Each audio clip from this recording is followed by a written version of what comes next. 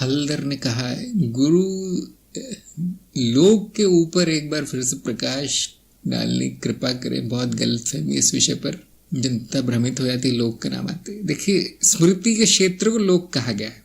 लोक का अर्थ जगह, जिसको हमने स्मृति क्षेत्र कहा है बोधि वार्ता में आदि आदि, वो लोक है। और उसका दूसरी तरह समझने का तरीका है कि चित्त की अवस्था ही लोक है। जब आप कहते हैं परलोक जा रहा हूं, क्या हो रहा है? चित्त की अवस्था बदल रही है, जागृति से मृत्यु। जब आप कहते हैं मैं सूक्ष्म लोक जा रहा हूं, चित्त की अवस्था बदल रही है, जागृति से सूक्ष्म। स्वप्न लोक, जागृति से स्वप्न, अवस्था बदल रही। अवस्था के बदलते ही लोक बदल जाता है।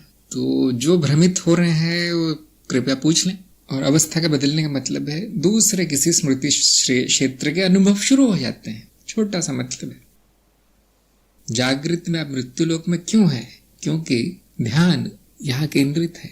जागृत अवस्था में जब हम रहते हैं तो संपूर्ण ध्यान इस जीव का भौतिक इंद्रियों पर केंद्रित है, इसलिए अपने आप को हम यहाँ पाते हैं। ध्यान हट जाए, यहाँ से चले जाएंगे। जो मृत्यु में बड़ा आसानी से प्राकृतिक रूप से हो जाता है, तो शरीर नष्ट, इंद्रिय नष्ट हो जाती, ऊर्जा खत्म हो जाती, उनकी प्राण निकल जाते हैं, ध्यान कहीं और चला जाता है। कहाँ जाते हैं? सूक्ष्म लोक में। जिनकी चेतना है वो जानते हैं, जिनकी नहीं है अंधेरा है, मौत का अंधेरा।